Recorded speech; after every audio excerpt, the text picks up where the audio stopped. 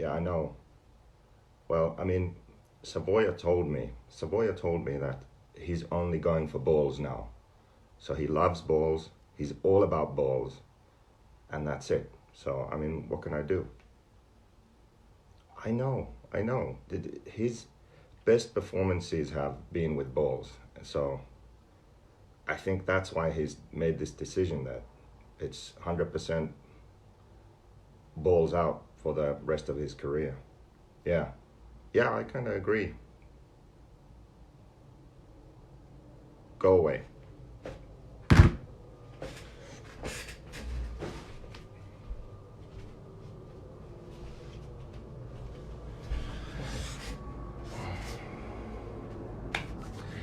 Good morning.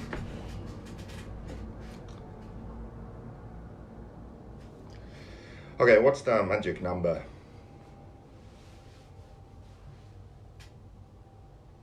Let's see if we have any questions. So it's Q&A until we hit the number.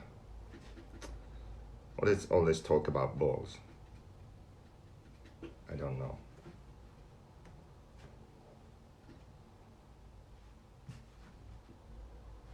Let's see if we had any questions online.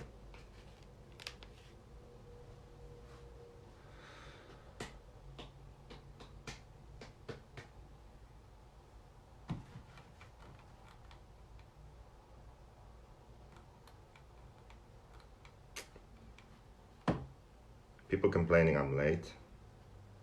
Always. Truggy, no, there's no truggy. No, there's no 10 scale.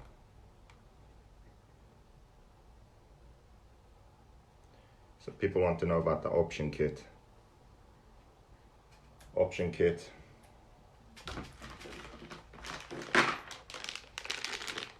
New hubs with inclination. Kingpin isn't vertical, it's inclined. What that does is, I think Savoya would like it because it kind of drives more like a pillow ball car. So when you have a lot of inclination, it makes it so the initial steering is smooth, but then mid to exit you have a lot of steering, especially on power. So if you like to drive on power, it's good. Easy to go in the corner, then on power you get through the corner. Also, it's really good in long sweepers. If the track gets rough, the car will track straight through bumps. Also in a corner, if it's bumpy, it will keep going round the same arc. You know, the bumps won't catch it so much. So that's the good thing. A lot of people have really liked this that got it. Personally, for me, I tend to prefer the zero kingpin inclination most of the time because it's more linear steering. The problem I have with the inclined hubs is mid corner, I tend to, mid or exit of the corner, I feel that it oversteers with my driving style. So I want to sort of lose the rear end a bit, and I don't like that. So most of the time I prefer the zero KPI. But a lot of the drivers that have tried it, they prefer this. They go faster with this. So it's worth trying. The other thing with the option,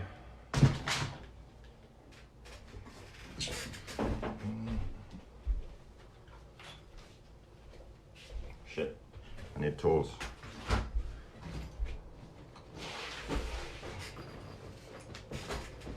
Give me a second.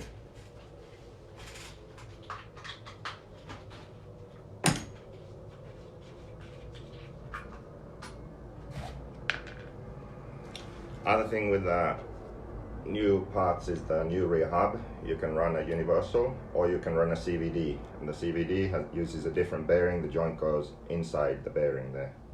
Also, there's different link locations, one longer and also one lower row.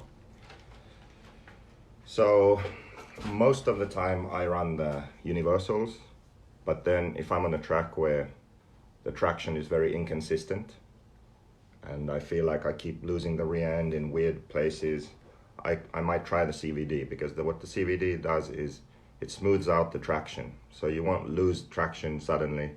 It's just overall smoother to drive. More consistent grip with the CVD. How are you doing at OCRC? Well, I am currently about 4/10 off where I need to be. So the fastest laps, I'm 4/10 off that. And it seems like an impossible task to make that difference up. I feel like I've had one lap where potentially I could have matched the best, and the last triple, I cased it. The lap was still good, but I know I lost. I don't know. I hope I lost like half second there. But yeah, that was really frustrating. I almost broke my radio because it was perfect lap, everything good. Then the last jump, just cased it. Fuck, why couldn't I just land that? Finish the lap. But anyway, yeah, so I'm a bit off the pace. Questions. Engine braking. EBIS or more traditional way? More traditional way, all the way. Mayfielding. I was trying to Mayfield out there. Okay, what's the number let's get some questions on here. You have some questions? Are you missing driving with Red's engines? No, actually I can say that I'm not missing driving with Red's engines. What do you think of national service? I mean, it's like Boy Scouts now. It's good, I guess. I didn't have to do it because I'm not a Finnish citizen. So my father's English, so I'm English too, even though I was born in Finland. So I didn't need to do it. So when my friends went to the army, I came to America for 3 months. Good deal. And actually, funny story, so now because of Brexit, Brexit could potentially make it harder for English people to travel and live and work in Europe, right? Like you would need to do paperwork and all this and visas and who knows what's going to happen in the future, right? If you're a member of EU, you just go like there's no big deal. I could just go and live in Italy right now if I wanted to, work there, no issues. So everyone in my family who wasn't already a Finnish citizen applied for citizenship, and I did too, and everyone got it except me. I was denied. I'm not good enough to be Finnish. So I applied to be a Finnish citizen, and I was denied. Too much of an immigrant. Actually, if I was an immigrant, I would have got it for sure. Anyway, their excuse was that I've traveled too much the last few years. I said I was born in this country, born and raised, went through school, speak the language, lived all my life in this country, have a company, pay taxes in this country. But no, can't be Finnish. Yeah, we're gonna talk about tuning the OS. Do you hate America? No, I don't hate America. I don't know how you could hate a country. It's not really. I mean, what is it? If I hated America, what would I hate? The buildings, the monuments, the people. What exactly would I hate? I don't hate America. I hate certain kinds of ideologies and ways of thinking. And on Facebook, a lot of the people who have those ways of thinking are American. So I think that's why they feel targeted. What I hate arrogant ignorance or ignorant arrogance. Which way would it better be said? I hate people who actually don't know what they're talking about. They don't understand the world. They don't care enough to think about it. They are very tribal. They only care about their own. So their family, their race, their religious group, their fellow countrymen. You know, they only care about some group. They don't care about everyone. You know, and then they think that they're the best and their shit don't stink, and that's kind of what I don't like. That occurs in every single country. So That's what I hate. For me, I think it's much nicer, you know, when people get along and don't think that they're better than anyone else. So yeah.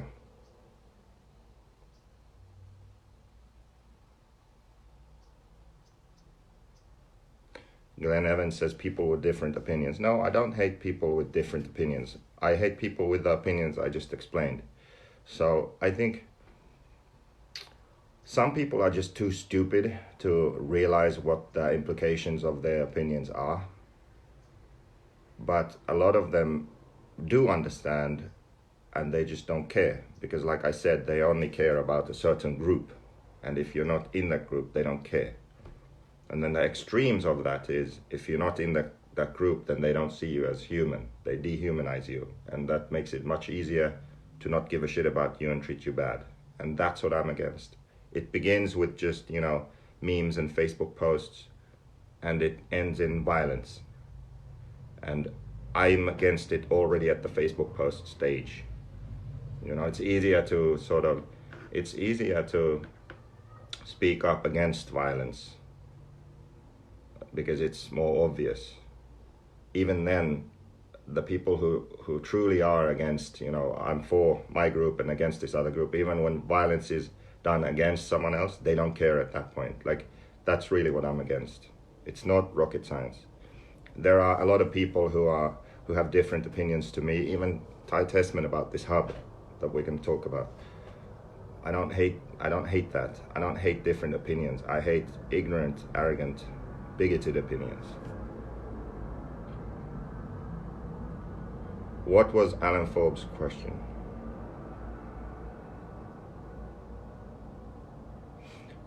Barry Baker says, you think you are better than me. Better at what than you?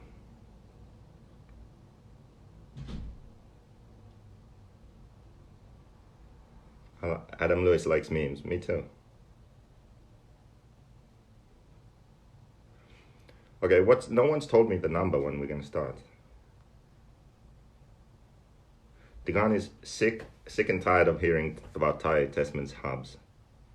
Okay, Greg, we're going to talk about tuning engines. Greg is good at tuning engines, so let's see if 119. We are over 119. We're going to talk about tuning an OS. Yeah, Greg is good at tuning engines, so he should stick around and see if he agrees with my theory. Maybe he can explain why this happens. Mike Walker is asking if I secretly want to be American. No, I don't. I don't want to pay a single tax dollar to this country ever. I don't want to have a company here or be American. I just want to be here and take advantage of everything you have here. I want to sign up for welfare and legal and just steal your health care and welfare and, you know, steal your American women.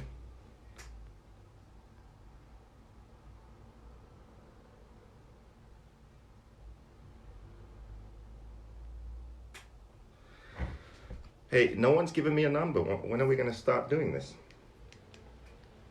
I'm just doing Q&A until we hit the number.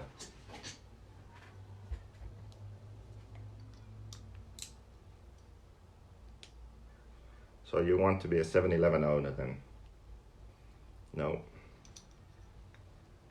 114. Okay, we're at 113. We need 114. So please share with you know who.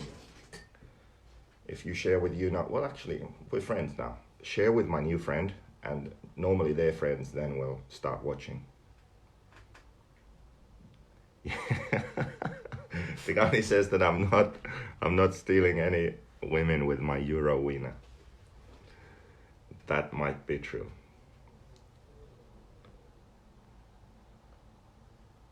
$110. We need 3 more people. 111.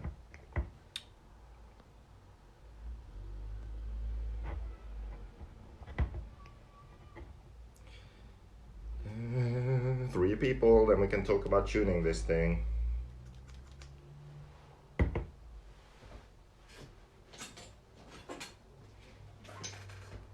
No questions? Kirkman, no 29.9. I did 30 flat like 10 times. But no 29.9. 114, there we go. Now we can start. OS. When OS released their low cooling head version, I can't remember, 2101 maybe, whatever it was, I remember seeing OS engines flaming out. I saw Drake flame out, Rivkin, other people. I remember one race where they pretty much all flamed out. I was like, what's going on with the OS? Why are they flaming out? Then, I don't know, it kind of stopped. They started running well again. But now recently, since I've been running OS this year, I've noticed that some people have some issues with ghost flameouts, random flameouts. They run well, and then they just flame out for no reason, apparently. And I think I figured out the reason, because Max had this problem, and I was able to have this problem too at one point. And it has to do with how you tune it. Alan Forbes, you didn't answer the question. Okay, before we go on, Alan Forbes, ask your question now, and I'll answer it. Everyone is waiting for you now. Alan, ask your question. I haven't seen a question from you.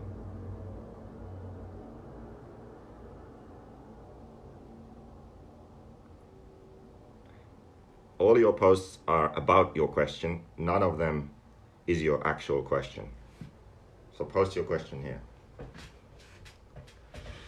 Okay, so here's what happens. Oh no, you Seth Rogen looking motherfucker, he says.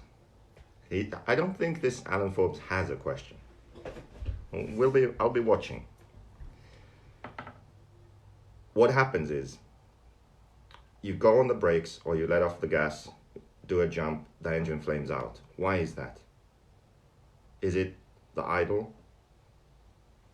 That could help. The idle kind of momentarily goes lower than normal, but that's not the real solution. What I've noticed is, if you tune the engine so that the low end is perfect, quote unquote perfect, it's like as lean as you can tune it. If you go a bit leaner, it's going to start running on. So if it's right there on the limit, for some reason, they like to flame out. It sounds perfect on the track. High end is tuned well. Low end is tuned well. It's not too lean, it's not running on, it's not doing anything weird, but it will flame out.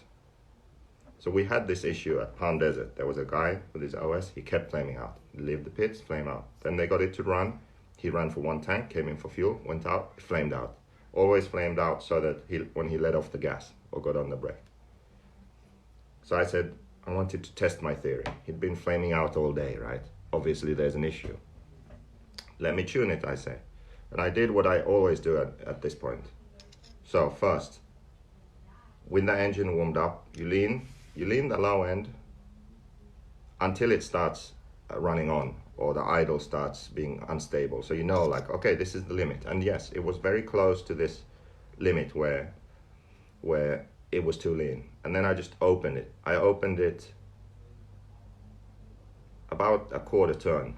More actually. I think I opened it a half turn actually. I just wanted to make it rich. So I opened it half turn. Then it was too rich.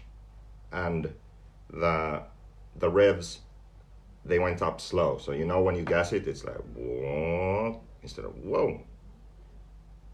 So it was too slow. So what did I do? I didn't lean it back out. I left the low end rich.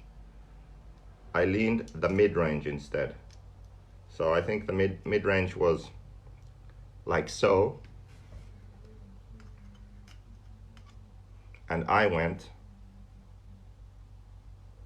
like so. So I opened the low end half a turn, went from 11 o'clock to 1 o'clock on the mid-range, closing it. And then the engine sounded good, you know. The revs went up normally and fast, idled normally. I had to reset the idle, you know, to the right RPM. Top end was fine. I don't think I touched that. Started running, didn't flame out anymore. and it was fine the whole day. So the thing with the OS is you need to make sure that you don't tune the bottom end too lean, because I've seen this now in multiple occasions where you think everything's fine. You think that the engine's running good, it sounds good, it's not running on, idle is fine, but then it might flame out after a pit stop, it might flame out randomly on the track when you go into a corner. Check the idle is fine. Why is it doing this? So this is why it's doing it, because the low end is very close to being too lean. So open the low end. If the revs are slow when you get on the throttle, close the mid-range a bit to lean the mid-range, reset the idle, and you'll be good to go. You'll never flame out. So like the JQ engine cooling head said, tune me right and I won't stop. So there you have it. That's what to do if you have a ghost flame out issue with an OS. My Corsa Lunga never flames out. Yeah, and it never idles after the front straight either. But that's another topic. So, there you have it. There's how you tune an OS. Did you get that? Did you all get that? Did you understand what I was saying?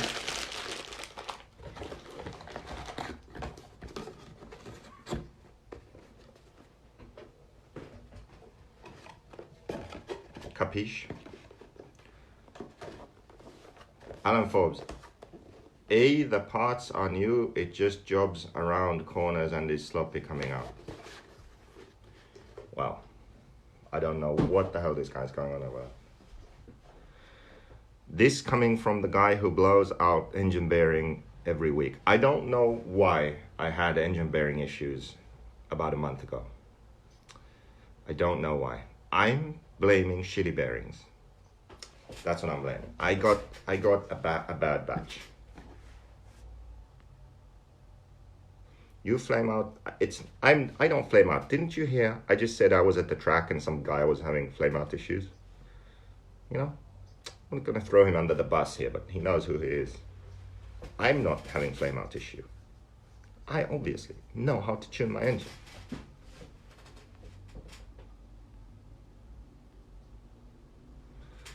Funny stuff, I run SH engines and they don't flame out ever.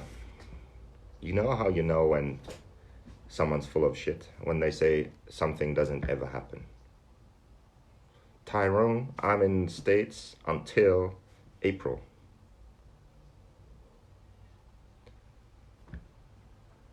Alan, I still haven't seen a question from you. Now he wrote, jumps around corners, wheel hops in corners, all parts on you. What is this guy talking about? Anyway, next topic, Tessmann's hubs. I should have rewatched the video, seriously.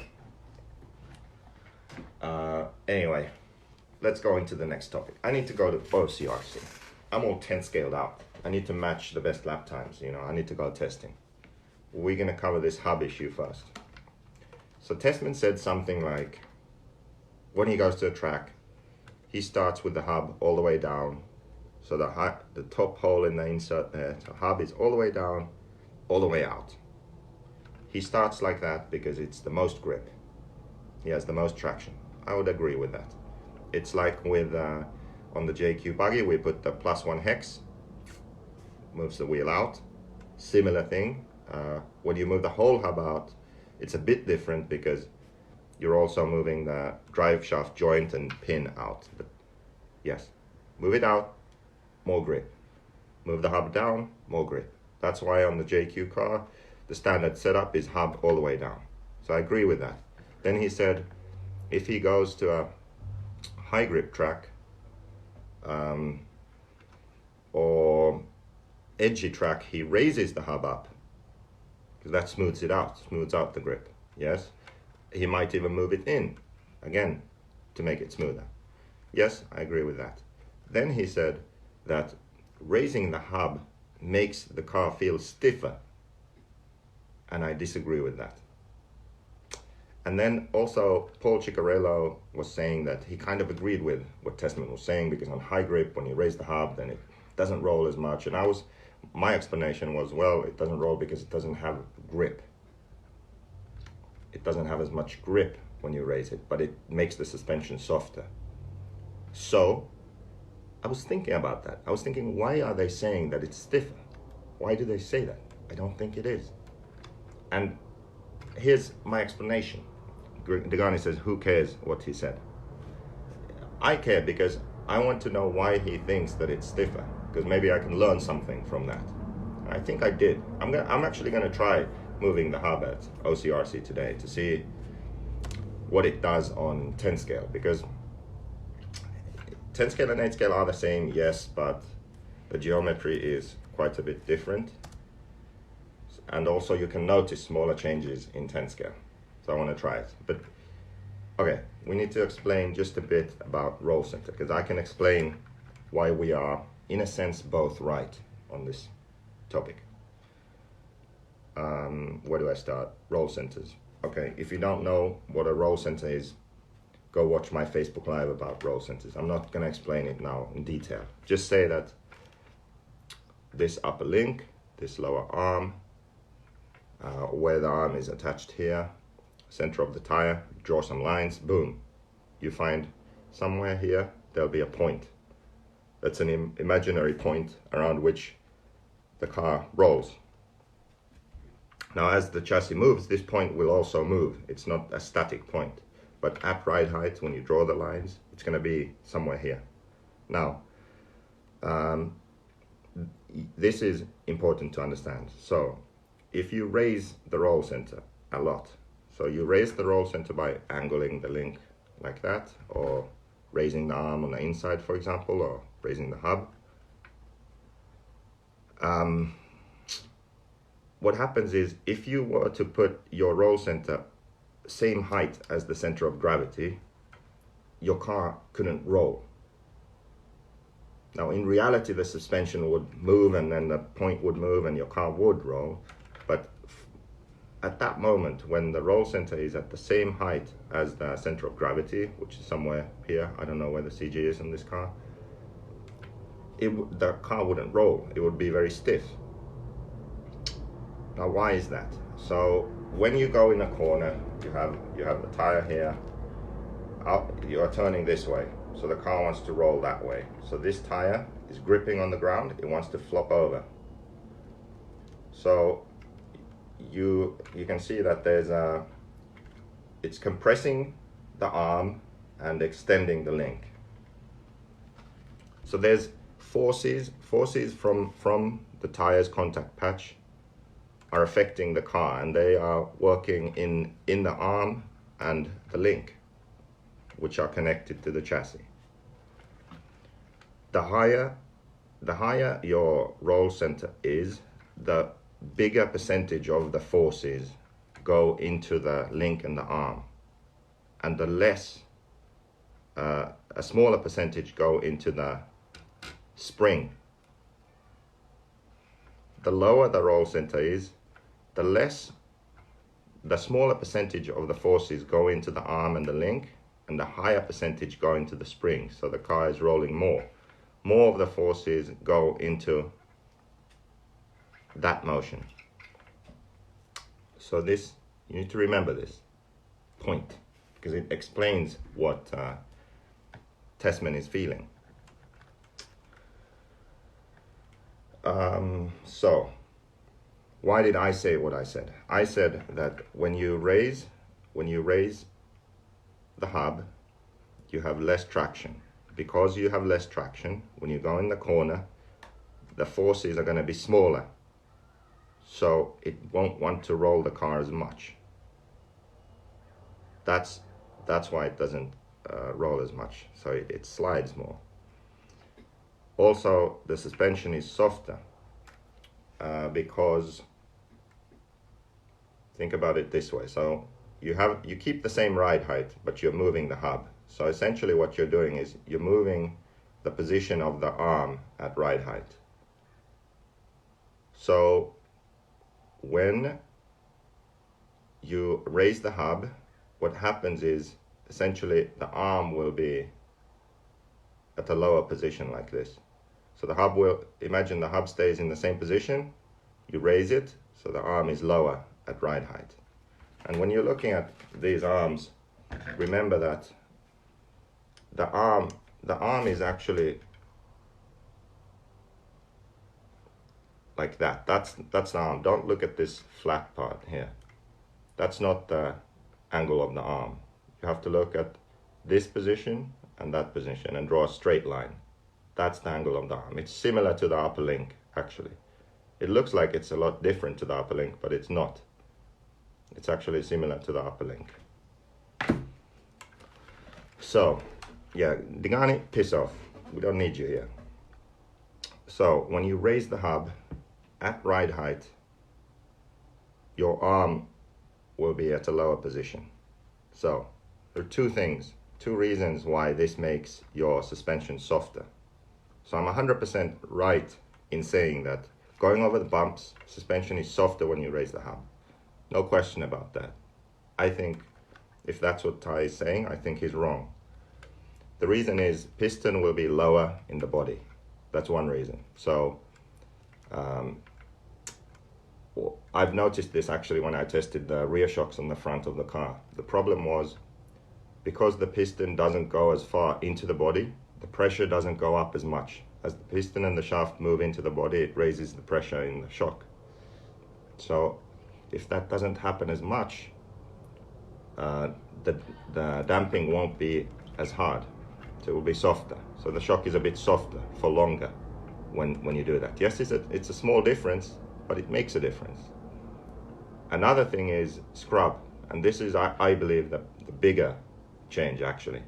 So if your arm is like this at ride height, and then you have the compression you have is all above this point, what happens is you have to imagine that the hub is moving in a circle. If this is horizontal, this is neutral, let's say, you move the arm like this at ride height, it's moving more in, it's moving further in, so it's moving the tire further in. It's trying to pull the tire on the track surface. It's pulling it inwards, and that makes the suspension stiffer, because towards the end of when you press the car down, towards the end of the travel, it's trying to move the tire inwards. So that stiffens it up. Now, if your arm was like this, a bit down, it will go slightly out first and then slightly in. So the suspension will feel softer because it's not trying to move the tire as much sideways. It moves it a bit out first and then a bit in, instead of it moving it a bit in and then at the end a lot in. Do you see what I mean? Think of it as a circle. If you're in the middle, then it's pretty neutral. If you're a bit below, it's going to move out first and then in. If you're above neutral, it's going to move a lot in, and that stiffens the suspension. So I think on that point, definitely, when you raise the hub, you're moving it more towards a neutral position. It softens the suspension. 100% sure. Okay, so what about the other thing he said? Because he said it's stiffer. Maybe he just meant stiffer in roll. Doesn't want to roll as much. And this is kind of a chicken and a egg thing. So, because I said it doesn't have grip, it doesn't stiffen the suspension, which I just explained it doesn't. It actually makes the suspension softer. But does it actually stiffen roll? I think that's what Ty is talking about. And that's a bit of a chicken and an egg thing, because I said it reduces grip. So that's why the forces on the tires aren't as big. It can't roll the car as much. But maybe it's this way. Maybe you raise the hub he doesn't adjust the link. So he's just raising the hub. He's increasing this distance. By increasing this distance, he's angling the upper link more. He's raising the roll center. So we just talked about this. When you raise the roll center is closer to the center of gravity. The car will roll less. A larger percentage of the forces from the tire will go into the arm and the link. A smaller percentage of the forces will go into the spring. So the car is rolling less because he raised the roll center. Also, when you increase the distance between the axle and the arm, I just showed you how at ride height the angle of your arm will be different. If your arm is at ride height angled up so that the outside of the hub is angled up, when you are in that corner, it's a more natural movement for the arm to just continue going up. Imagine if it's completely horizontal, it could go either way. It could go up or it could go down. If it goes down like that, obviously your car will raise up and flip over.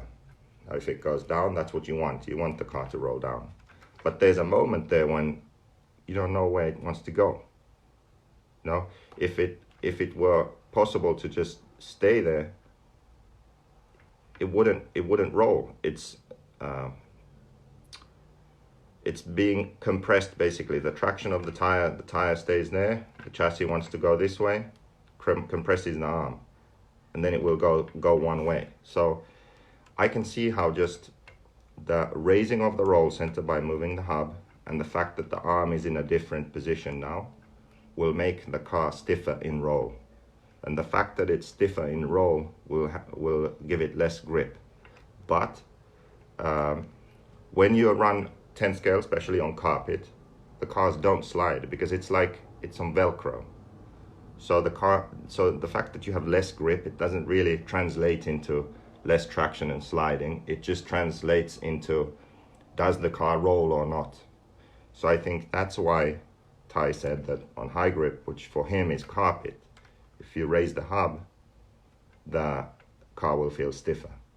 Actually, like we spoke about, the suspension is softer, but the car is stiffer in roll. And for our 8 scale, notice the same thing actually, because if I go to a high grip track, what do? I raise the link here and on the inside. So I raise the whole link. The distance between the link and the hub is greater. I can also raise the hub and lower the link. So I keep the distance the same, but I raise the axle. And both those things are better on high grip. Yeah, crazy shit. So yeah, chicken and an egg. You do that because it has less grip, or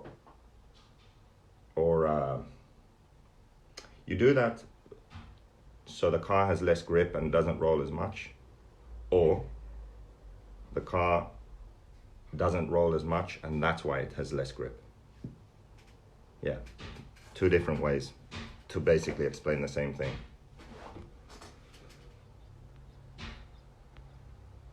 Did you understand what I was saying? Oh yeah, Jimmy had a good point I forgot to mention. That also affects where the tire is cambered in certain part of the corner too. Yes, so the other thing that happens, and one of the reasons that raising the link works, is because it changes camber change in the corner. So when you're in the corner and the camber wants to go positive on the outside, that happens less when you raise the link. So there's that. That's a good point. Trent Walker is asking, I'm always half a second a lap slower than the top pros. What do I look for to gain that time on the track? See more? I can't see more. Oh, there we go.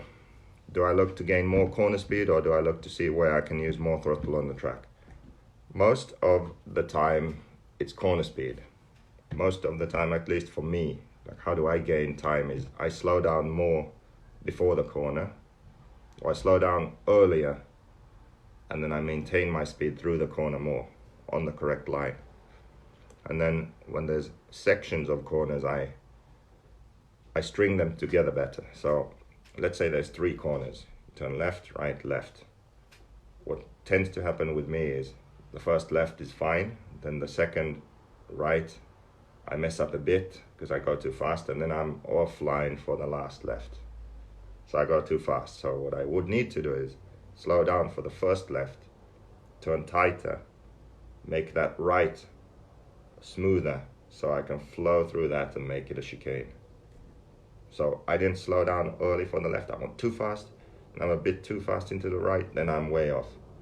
So I need to slow down earlier, line up, make the right very smooth, and then I'm fast onto the next straight.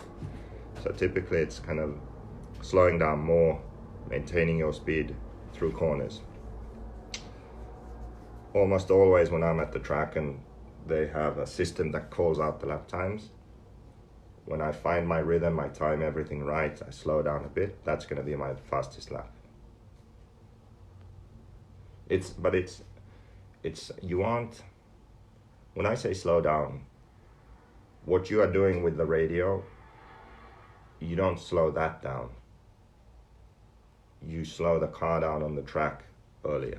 Does that make sense? Like your inputs still need to be on point, precise, fast. But the car physically slows down earlier because you get on the brakes, or you let off the gas earlier and place it where you want it. How are you running the front end, low roll center or high? I run both my front and rear roll centers pretty low. Typically, most of the time, yeah, that's all I'm gonna say. Let's leave it at that. Is Thai the chicken or the egg? I think Thai is the egg.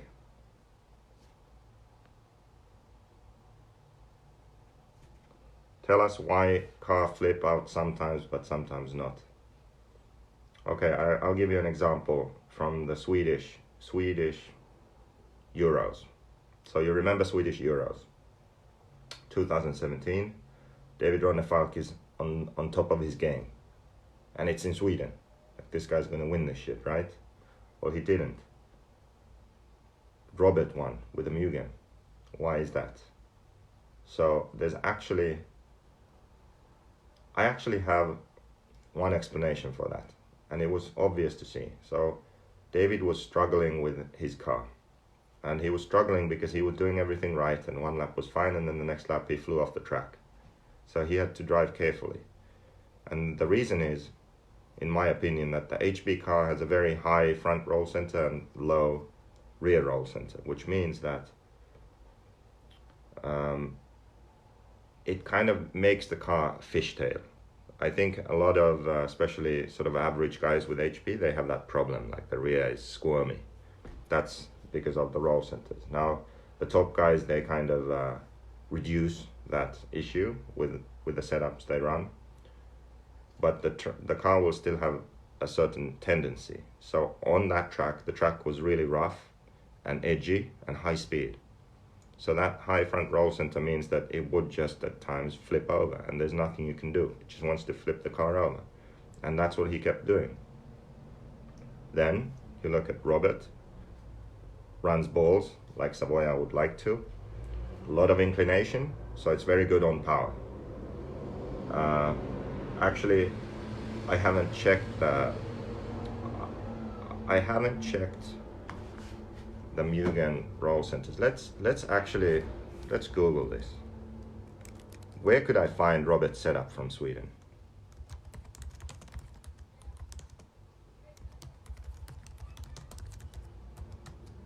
Let's see. Because setup sheet.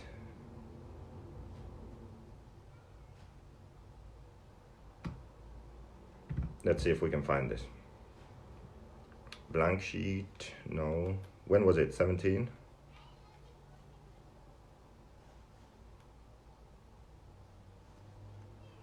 Sweden. Oh, it was the MBX7 back then.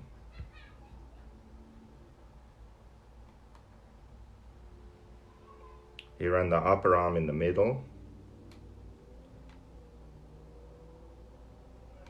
He ran the rear link down, the arm down also. Okay, I would have to measure that and see where the Mugen roll centers are. But I know 100% the roll center won't be as high as on the HP. So lower roll center. Won't want to flip the car over as much.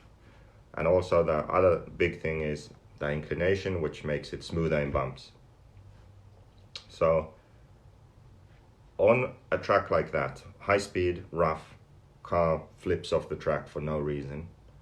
It's not driver. Like that race, Robert wasn't just driving that much better than David.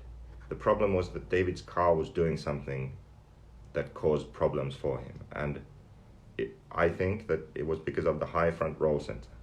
The high roll center wants to raise the car up, and when the car raises up, it flips over.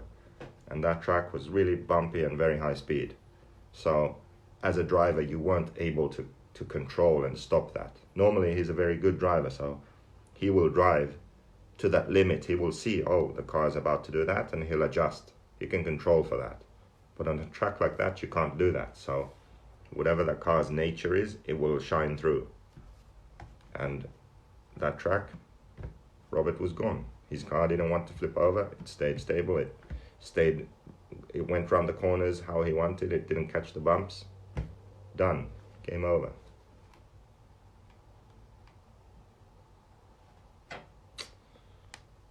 So yeah, to answer the question, why some cars just flip over for no reason, some don't.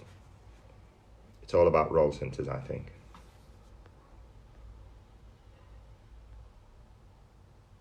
How long do you run a nitro engine for before you put a new one in your buggy? 5 races max? I would say about 3 to 5 big races, yeah, it's realistic. And then what I would do is, then I would just make it a practice engine, and maybe for club races and that. And then I have a new engine that I then make my race engine. And then I save it just for the big races. But like on the podcast that I think Keenan is releasing today, we spoke about engines and how 2 engines is really enough for like 90% of the people out there. You start the season with 1, you practice with it, you race with it, then after you've gone maybe, I don't know, like 3-4 gallons, then that becomes your practice engine, and you get a new engine that you run at the big races. So you save that second engine just for the races, and the first one used for practice. If that engine dies at some point, then your second engine also becomes your practice engine, but then the season will be done, and you've gone through the year with two engines and never had issues at the races.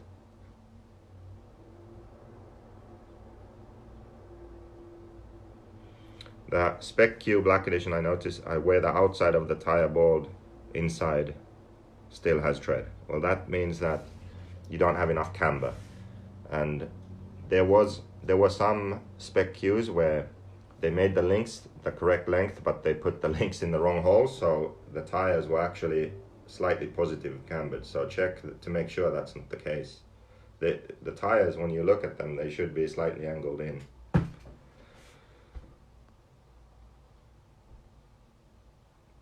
OSB 2101 for the win, old school. Disagree. Any advice on how to keep your emotions, adrenaline in check on the stand? I think the only way is to race more, really. If you race more and then you decide like you're gonna try and stay more calm, that's the only way. If you don't race enough, then you're always gonna get nervous. And if you don't make a conscious decision to try and stay more calm, then you won't be more calm.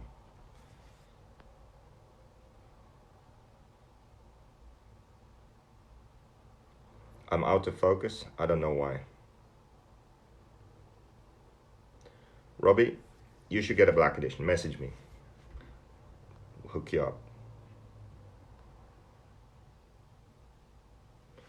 I have that fishtail issue with my black edition. How can I adjust for that? Should I adjust the front end? Well, I think you should just run the stock setup, because you shouldn't have fishtailing issues with that. And if you do, then message me, because that's not normal.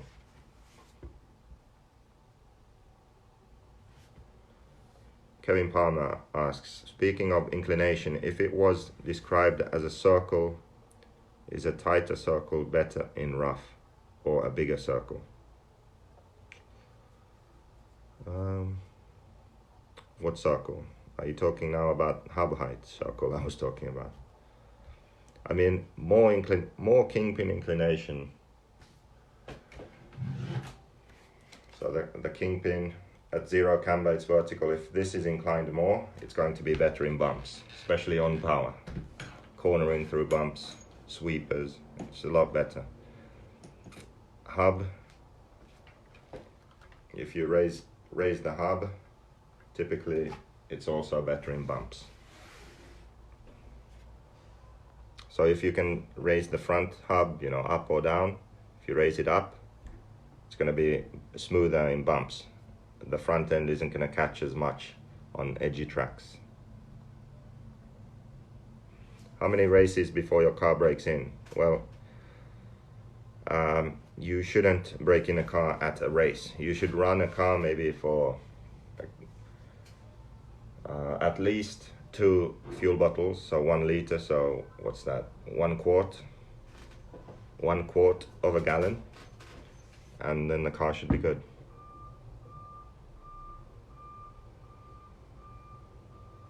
Is there a way to know if your engine bearings are bad? Typically you can hear when the engine bearings are bad, because there's this that engine sound is louder. You can even hear it when it idles. It's like more metallic, a louder sound. You can hear that, and you can feel it if you can feel it if you sort of pull or sort of try and twist the crankshaft a bit when you turn it. So you're kind of pressing on the bearing, and you can feel if it's smooth or if it's notchy. Yeah.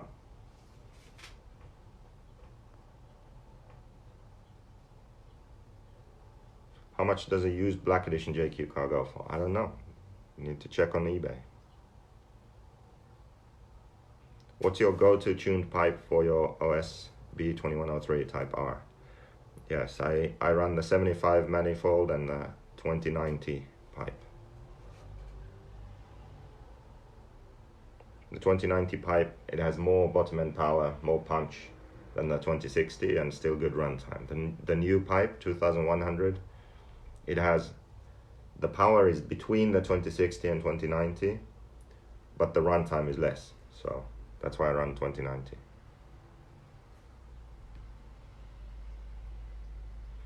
My HB wood fishtail, I lowered the front roll center to cure. Doesn't show up on slower tracks.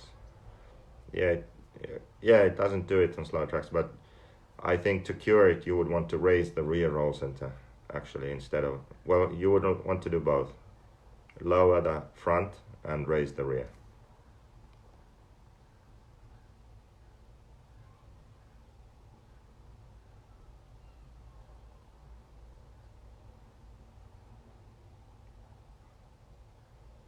When on a bumpy track, what do you work? Shock fluids, up or down? Typically, this is something that people tend to ask or think, and I don't really do that. I think when your suspension is good, when the damping is right for the piston and the spring, it doesn't matter if you're on a smooth or a bumpy track. You don't really change the shock oil for the bumps that much. That's what I feel, at least. If it's right, it's right. It's going to work. So you change sort of for traction level more. If it's a high grip bumpy track, maybe you would go harder on the oils. If it's a low grip bumpy track, you would go softer on the oils. I think that's sort of more what you would tune for. Maybe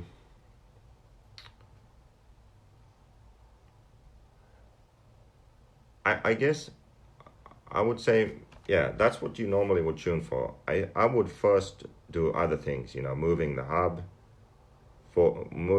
back, or raising the hub, or less anti-squat, or more kick up. I would do those sorts of things first, and then if it still didn't work, maybe then I would do something with the shock oil. And shock oils are weird in the way that, depending on the bumps, it could improve if you went thinner, it could improve if you went thicker. So there's no rule of thumb in that way, because when you go thicker, it skips over the bumps more. But then if you have sort of small, sharp, square edge bumps, you want the suspension to absorb them, not sort of bounce over them. So yeah, it could go either way. Sometimes you want to limit how the suspension moves, so it sort of skips over bumps and doesn't go in them as much. Sometimes you want the suspension to absorb the bumps.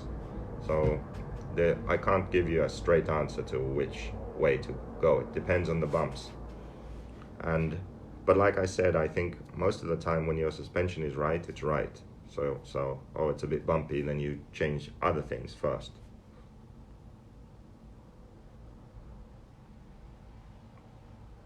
Where's my beer? I don't have a beer because it's, what time is it? It's like 11 a.m. I need to go soon.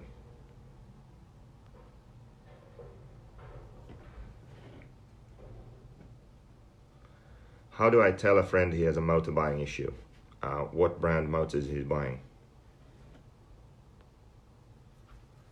The option shock towers, reason for lower versus taller towers. The lower tower was just because we had too much, I think we have too much up travel on the car, on the rear. So lowered the tower for that reason. It just, when you have less up travel, adds corner speed and stability on smooth high grip tracks. Not as good in bumps, but the car's still good in bumps. We didn't go too low. Okay, I think that's it. We covered what we needed to cover. Any last questions, or do we just end this?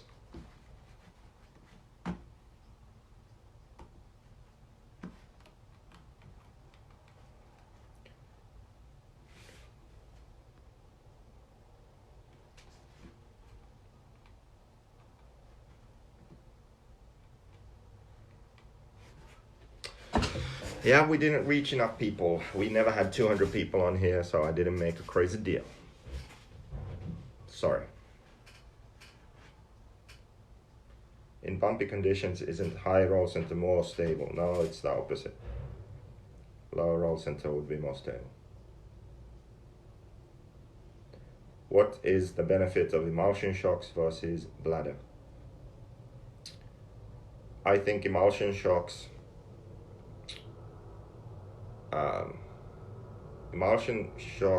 stick to the track better. So if you have a roller, it doesn't want to pop as much up.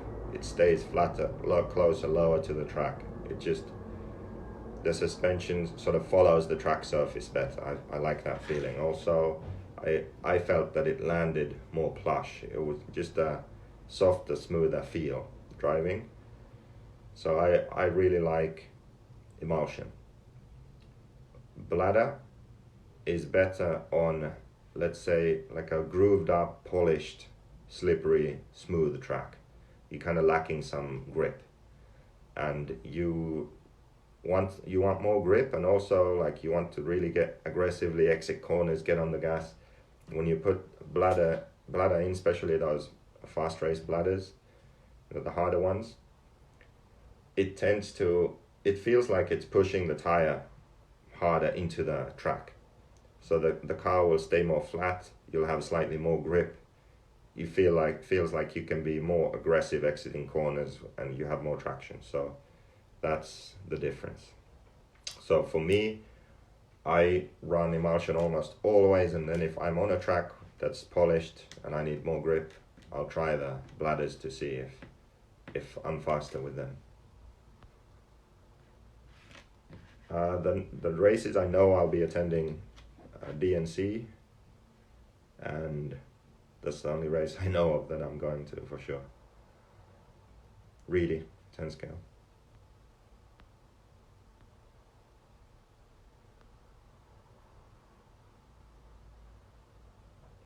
Pico motors, Pico, similar, I mean, Reds is made by Pico, but it's not exactly the same.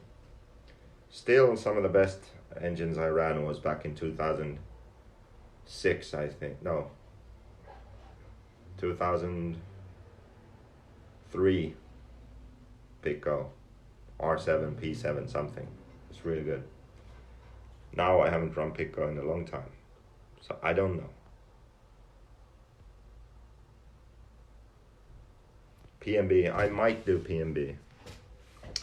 I am doing Anaheim 1 from the stands watching. Okay, are we done?